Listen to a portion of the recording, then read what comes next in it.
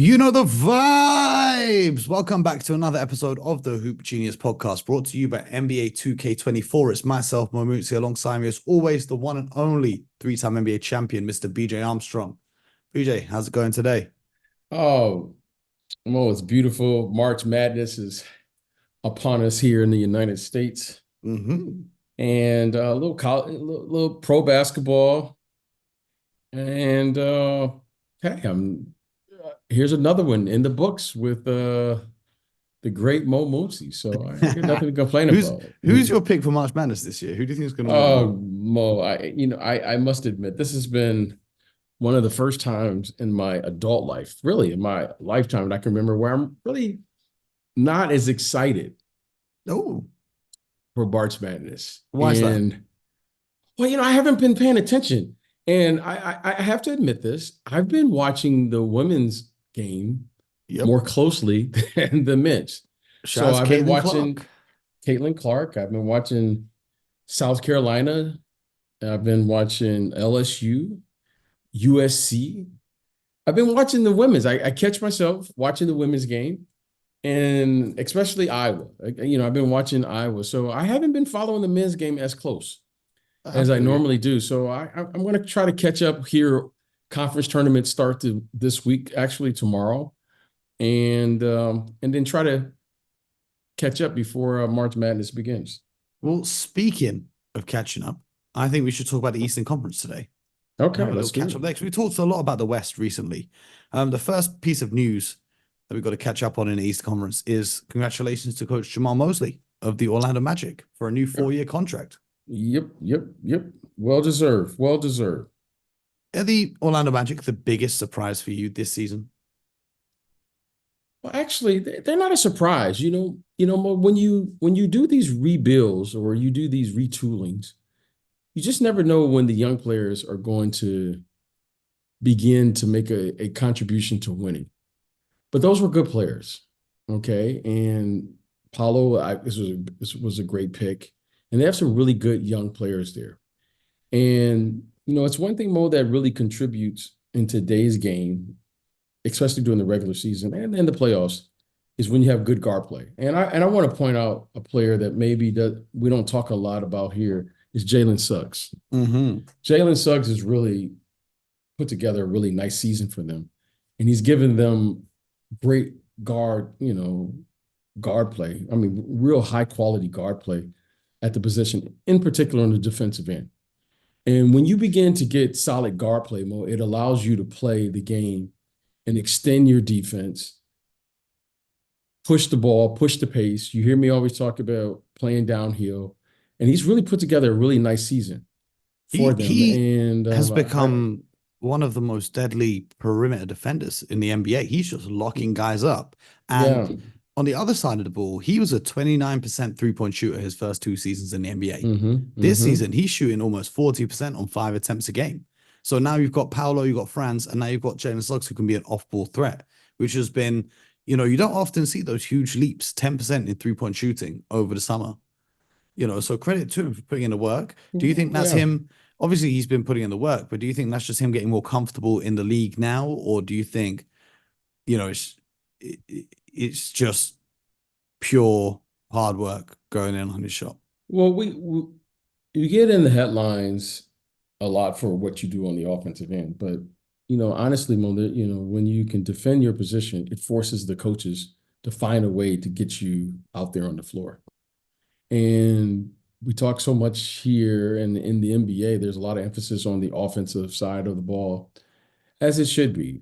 But when you find a player that brings that level of effort and energy to that side of the ball, it's contagious with the rest of your team. So I think with his ability to give that type of energy forces the other players to raise their intensity on that end of the floor. And I think it's contributed to their record and how they play. So, Jalen Suggs has been a terrific player for them, and he's provided leadership for them. And it's really hard, Mo, as you know, in today's game, the way the game is played and the way the game is called, to really play any level of defense. And this young man has found a way to make an impact. And you can see it is, it's been huge for them, especially in the win column. So I think he deserves a lot of that credit. Paolo was an all-star this year, and Jamahl Mosley has done a terrific job. However, it's a team down there, and Jalen Suggs is really he's kind of the anchor on the defensive end for them in many ways. You can see how valuable he is because they won 7 of 8 games, their last 7 of their 8, and then the last 2 games he missed, they lost both of them. So he's really a difference maker for the Orlando Magic. But the biggest difference maker in the Eastern Conference is none other than Mr. Joel Embiid. And today on ESPN, they reported that Embiid is nowhere near close to returning, but the hope is that he returns in the last week or 2 of the season. Now, BJ, Embiid's been plagued with injury struggles throughout his entire career. Do you risk bringing him back a week or 2 before the playoffs and him maybe re-aggravating that injury? Or do you simply write off the season and go again next year? Well, when you start looking at he's missed so much of the season now, you risk him getting hurt because you know what? Yeah, I still believe they're in the playoffs, right? I haven't looked at the standings. Right now, they're the 6th seed. They're 4 or 6 in their last 10. But they could slip down, but I don't think they slip below 10th.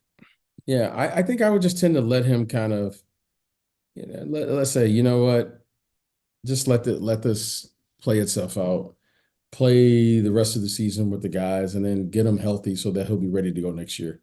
So you don't bring him back before. Like, how long does it take when you're a player coming off an injury to get back into that game condition? Because there's only so much you can do by yourself or in practice. How long does it take to get back to being ready to compete, not just in an NBA game, but in a playoff game? Well, again, these guys it's a different era. I like a good 20, 25 games to get your legs up under you. Okay.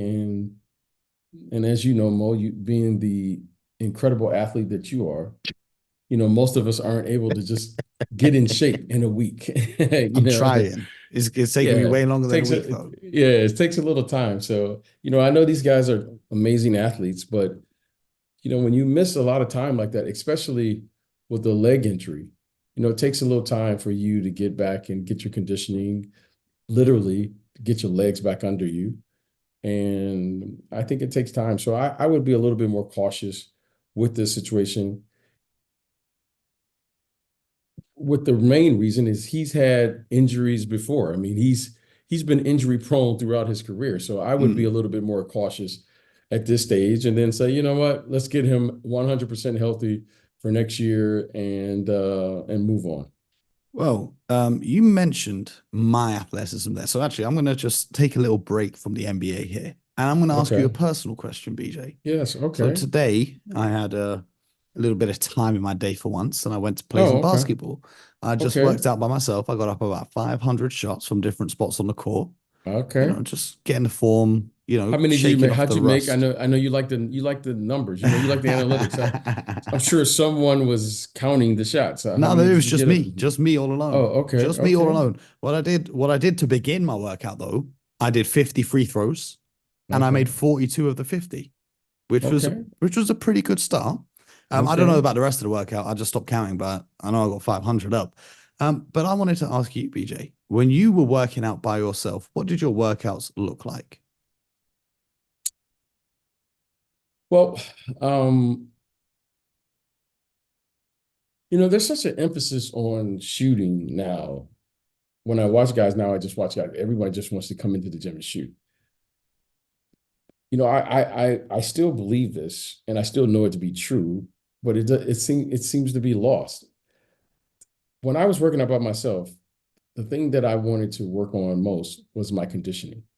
It's impossible for me to be conditioning. Because I'll be hitting the weight room too. I'm trying to get some game right here. I'm trying to get some game. So my cardio. That I was always, like, even to this day, I do cardio every day. It's just no excuse for me. Long, steady state cardio. You're doing short hit sprints. It's all about recovery. I just want to be able to play as hard as I can for as long as I can, and the ability to recover.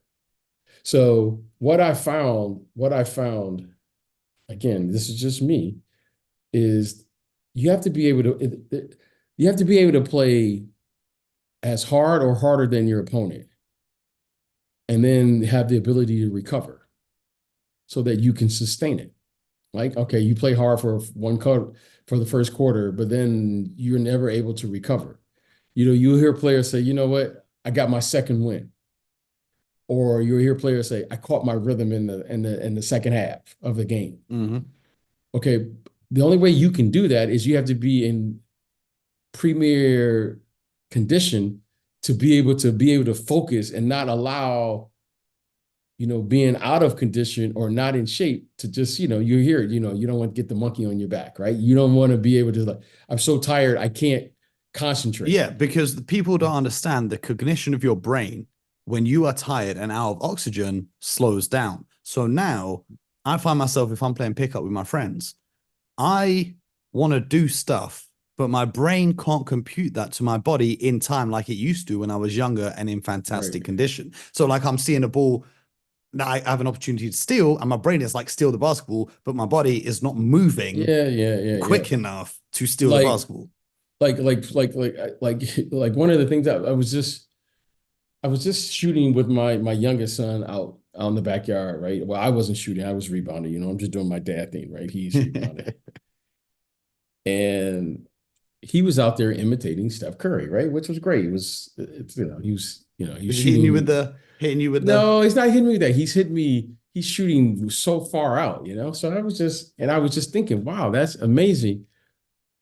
But then what people don't really talk about with Steph Curry is he is in phenomenal condition.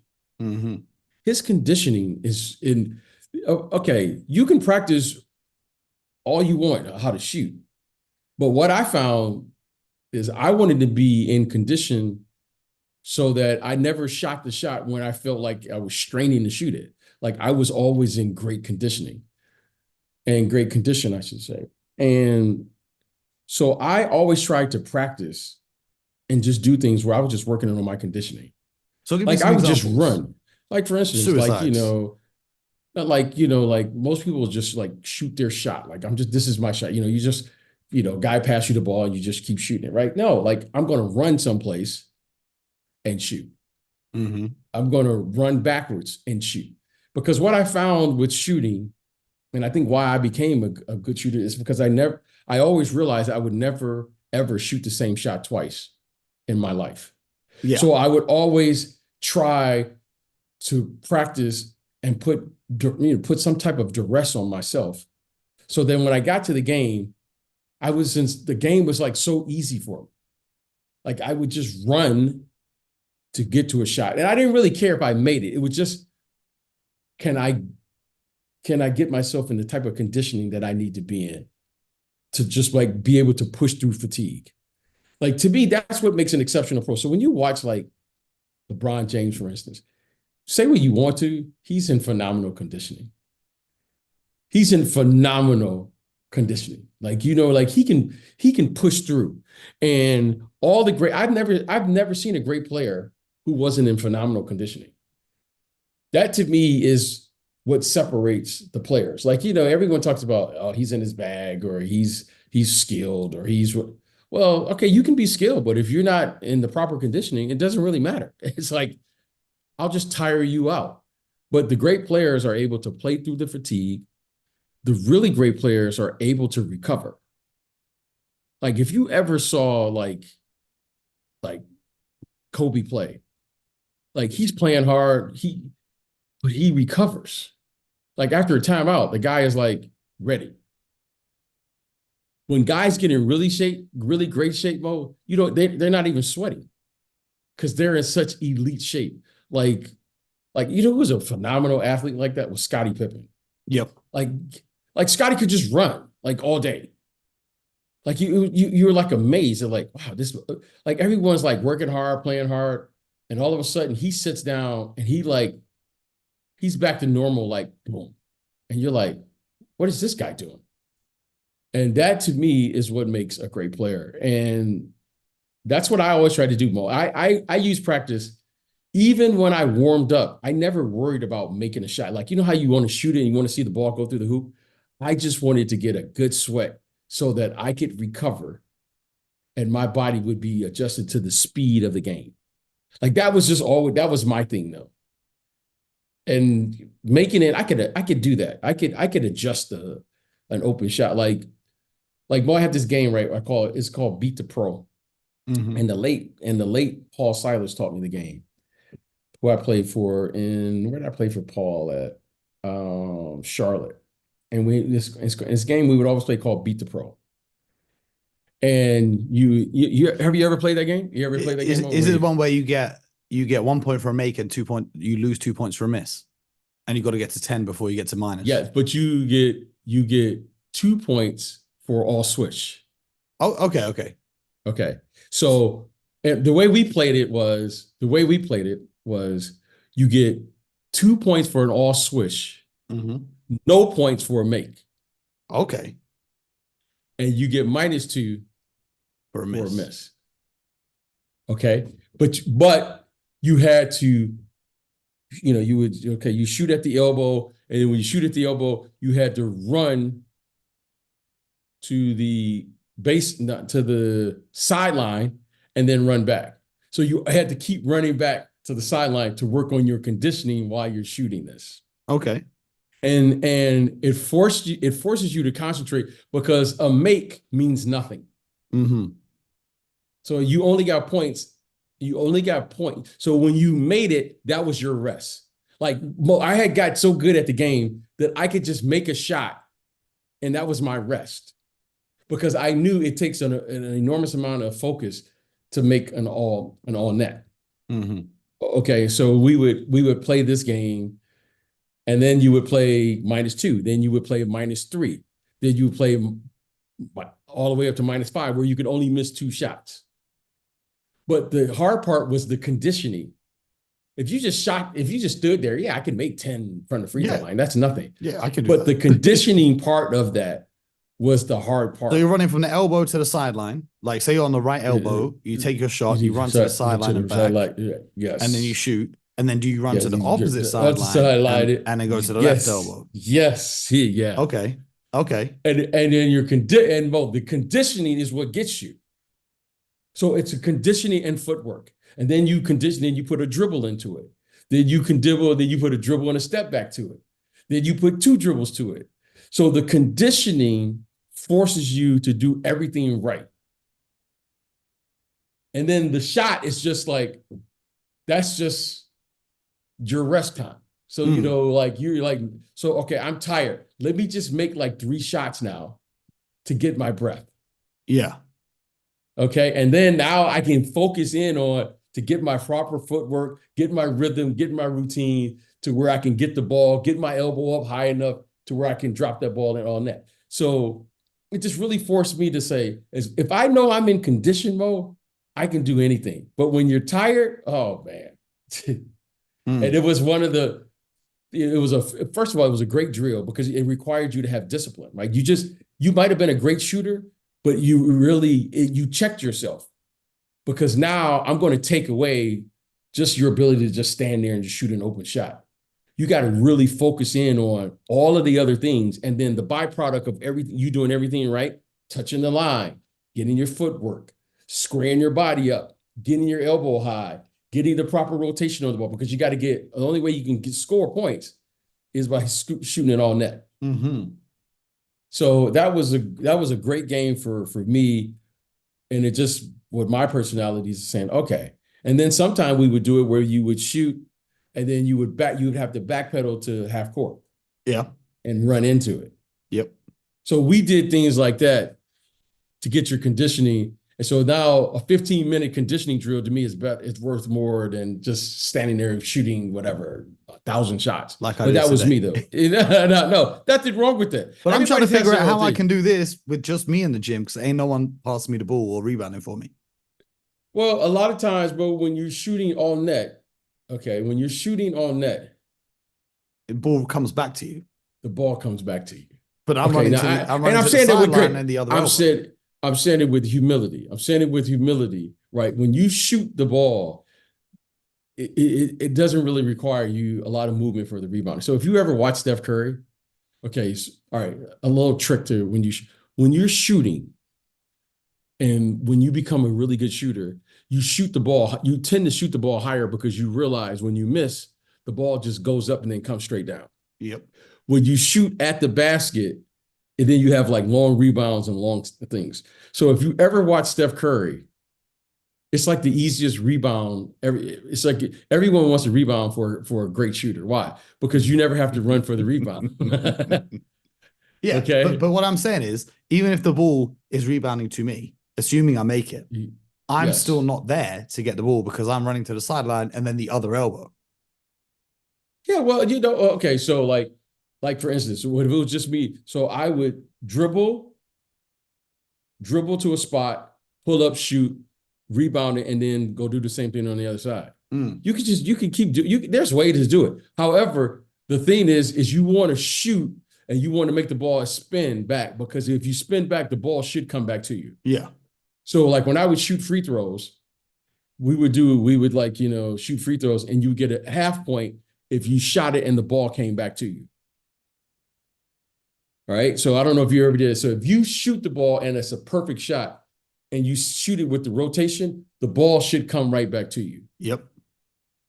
All right. So that's how, you hear guys always talking about, making 90 out of 100. Okay. But you want to get if you're really shooting, you want to get over 95, because the half point was when the ball comes right back to you. Yeah, I'd just put on B.J. Armstrong 14.7 assists versus the Nuggets in 1990. First 2 free throws of the game, ball comes right back to you. Yeah, it just the ball. So that's how you know. That's how you know when you're shooting it good. Yeah, is when it comes right. Like when the ball comes right back to you. Like I'm gonna tell you, one of the great shooters. He had a pretty ball, but he had a lot of rotation on his ball. Was Glenn Rice? Yeah, Glenn Rice shot a pretty ball. And pretty mean, like he would shoot it and it would come right back to you. Like when you would play horse against him, the ball would always come right back to him. If we were just him and I playing, or him and someone else playing, he would never have to rebound and run for his ball. It would always come right back, because he shot a pretty ball. Mm-hmm. Just like it. But that's one of the things I always look for, is how people miss. Because that lets me know whether you can shoot or not. Yeah. Yeah. You know what I mean? I never comment on people shooting, and I never comment, but I look to see who can really shoot. Right? Next time I go shoot around, I'm gonna record it and I'm gonna send it to you. Oh yeah, fine. But I want to know, BJ. So what should I do next time I go to the court by myself? Just work on your conditioning. I'm spending an hour there. Just work on your conditioning. What am I doing? Just dribble to the spot, shoot, rebound, dribble to another spot, shoot for the whole hour. Yes. Okay. See, can you do that? 45 minutes, boom. So you could do you get 50 right, 50 left, boom, boom, boom, free throws. 50, you just want to work on your conditioning. Now, also why I think rebounding for yourself is important is because it forces you to shoot and go to the basket. Because most people now shoot with style. Everyone shoots and fades away. They shoot into a celebration. They shoot, turn around, look at the bench.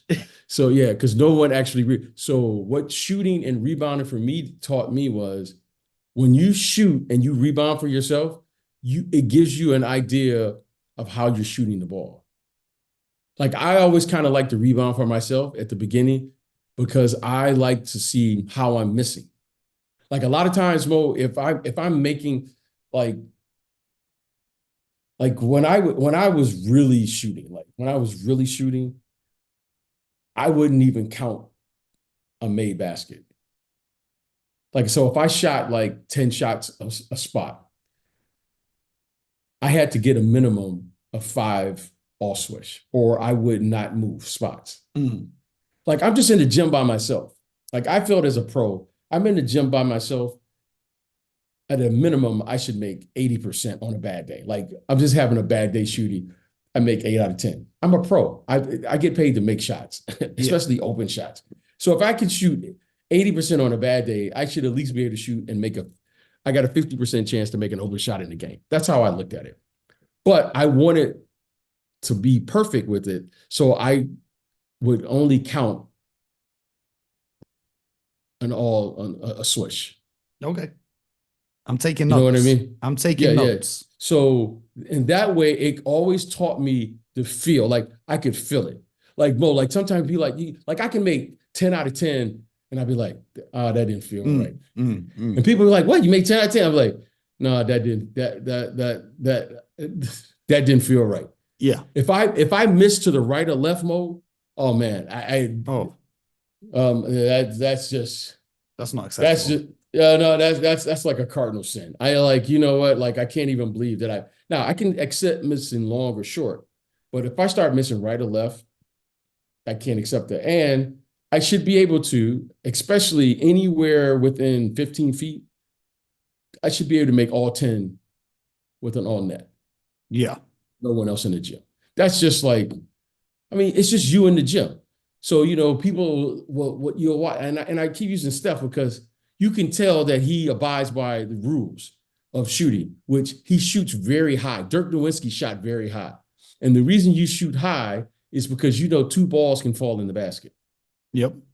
People always ask me, like, is it like it looks so difficult to score a basket because obviously the basket is so high up, but they don't realize if you took a basket down to the ground level, you could stand inside of it.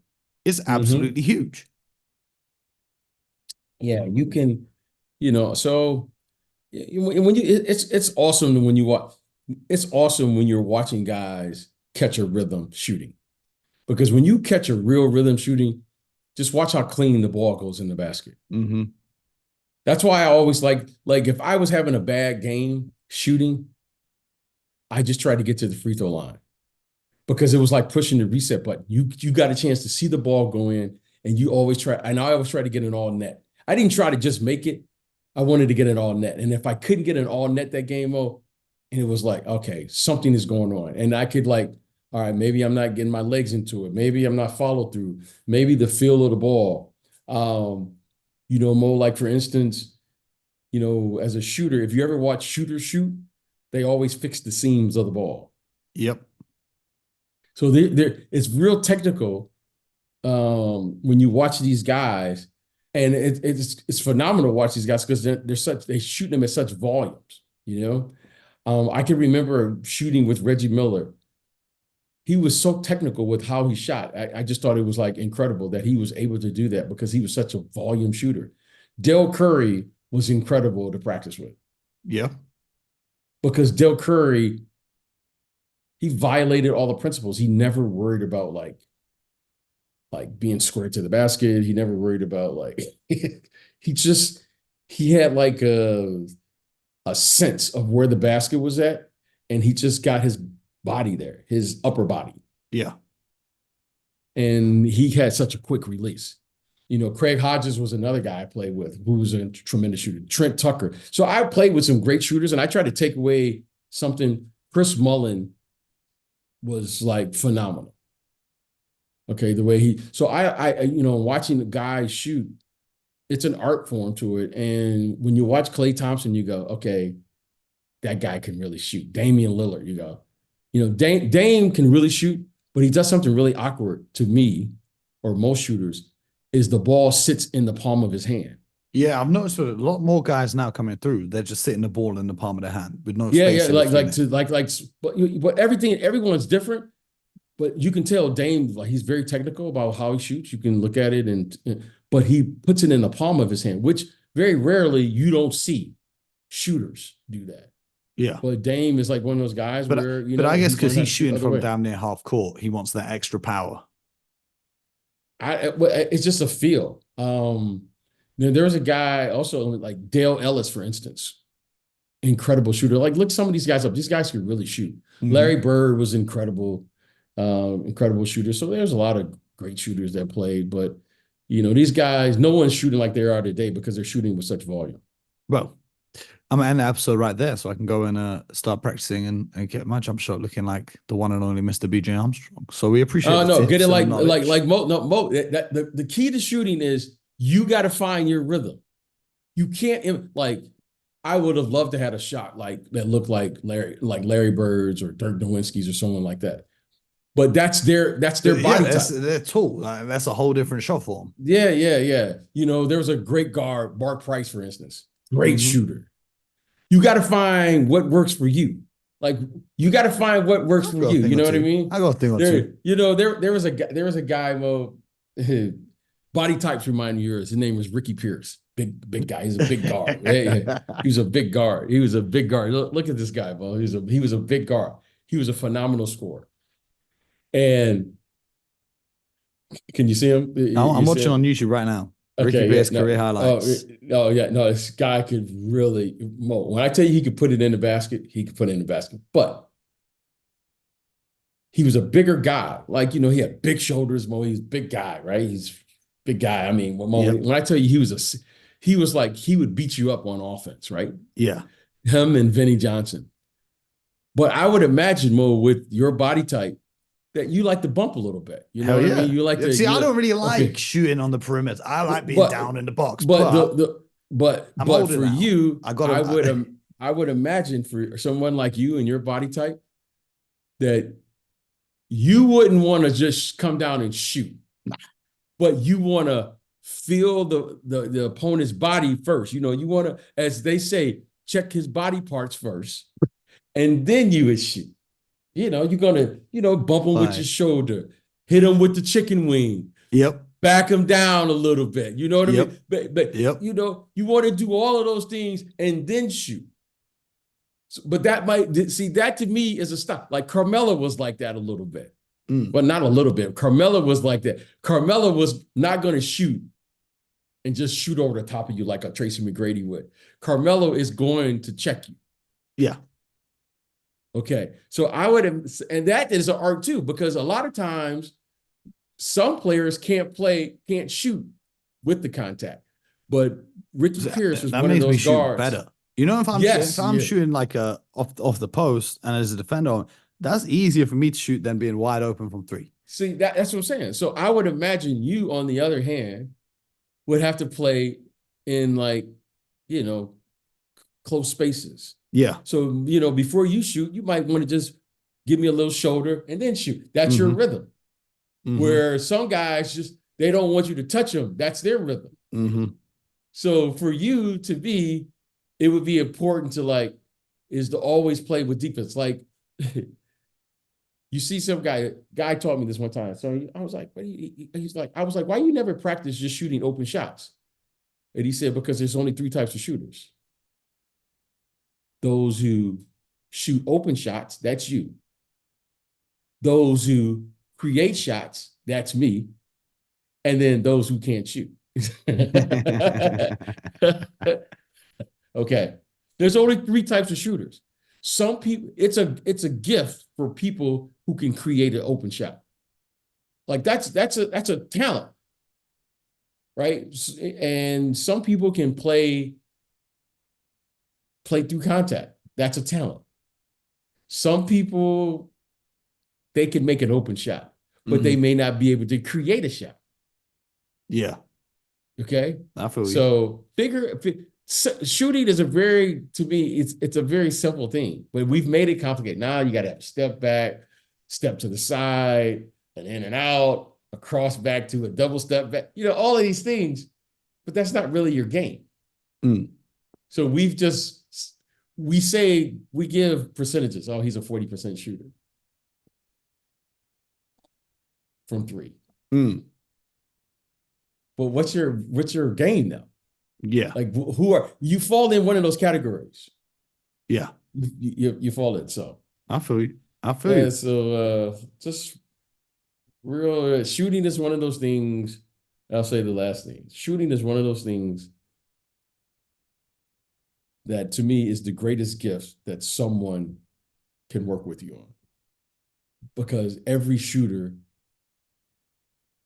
has to find out the same thing. Where are you most effective to shoot that shot? Like, what's your shot? Like, Bo, what's your go-to shot? Like, you know what I mean? Like, everyone has a go-to shot.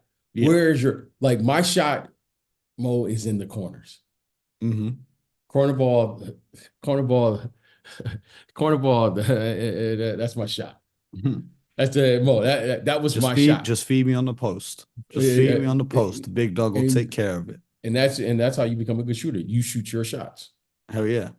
All right, well, appreciate you, BJ. Make sure you guys take note of this if you're trying to work on your games at home. And when you go to the offseason and see the NBA players working out on Instagram, you can see if they're following the instructions that BJ's kind of shared with us. It's a different game. No, Mo, there's a lot of cones now. Hey, Mo, there's a lot of moves, and everybody is doing all this stuff. No one passes the ball to anybody. You're the go-to guy. You know what I mean? Everyone's the guy. Everyone's the guy. Everyone's the guy. That's that. Well, anyway, if you guys have enjoyed this, let us know. Hit us on Discord. You can join the community by hitting the link in the description right now. You can reach us on social media. Most importantly, make sure that you are subscribed to the show, YouTube, Spotify, Apple, wherever you get your podcast from. And until next time, you guys know what it is. Get buckets.